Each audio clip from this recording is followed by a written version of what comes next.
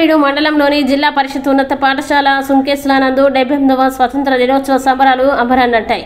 ఉపాధ్యాయులు, విద్యార్థులు, గ్రామస్తులు అందరూ కలిసి ఈ వేడుకల్ని కన్నుల పండుగగా జరుపుకున్నారు.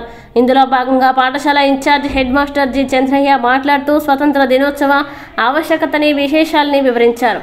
గ్రామ సర్పంచ్ గుడ్డెపోగు రమేష్ గారు మాట్లాడుతూ అమరవీరుల్ని స్మరించుకోవాల్సిన అవసరం ఎంతైనా ఉందని ప్రసంగించారు.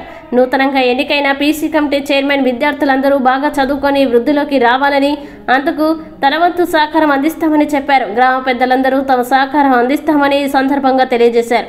గ్రామ వాస్తవ్యులైన డాక్టర్ రామయ్య నాయుడు సహకారంతో గత సంవత్సరం 10వ తరగతిలో అత్యధిక మార్కులు సాధించిన విద్యార్థులకి ప్రోత్సాహక బహుమతులు అందించడం జరిగింది.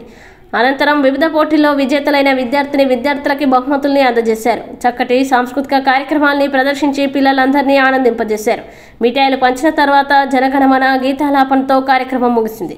ఈ కార్యక్రమంలో పాఠశాల సిబ్బంది, గ్రామ ప్రజలు, సచివాలయ సిబ్బంది మొదలైన వారి సహకారంతో చాలా ఘనంగా జరిగింది.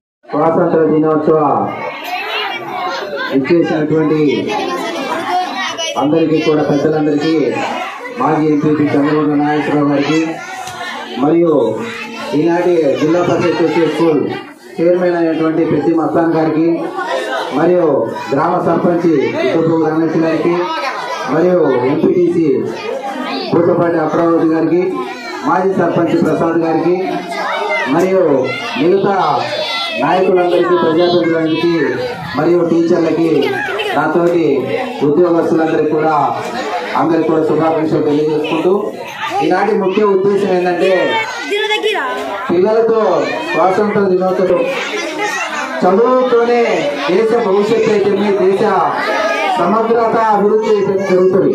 పిల్లలందరూ కూడా చదువు పైన దృష్టి పెట్టి మంచి మార్కులతో పాటు సభ్యత సంస్కారం కూడా తల్లిదండ్రులు కూడా నేర్పిస్తే, అదేవిధంగా పిల్లలు చదువు కుర్రాళ్ళు కూడా చాలా మంది ఉన్నారు మనలో చదువుకొని, వాళ్ళందరూ కూడా వివిధ ఉపాధి అవకాశాలు పొందాలి. ఎందుకంటే ఊరక ఉంటే రకరకాల ఆలోచనలు వస్తాయి. 10,000 అయినా 20,000 రానియండి, ఒక పని చేస్తుంటే ఆ మనిషికి ఆ పని మీద వెళ్ళిపోతుంది.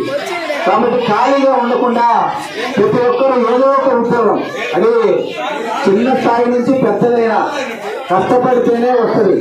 కాబట్టి దయచేసి అందరూ కూడా ఉద్యోగాలు తీసుకొచ్చుకొని మన గ్రామానికి ఉద్యోగాలతోనే ఉండాలని కోరుకుంటూ ఈ అవకాశం ఇచ్చిన వారందరూ కూడా ధన్యవాదాలు తెలియజేస్తున్నాను.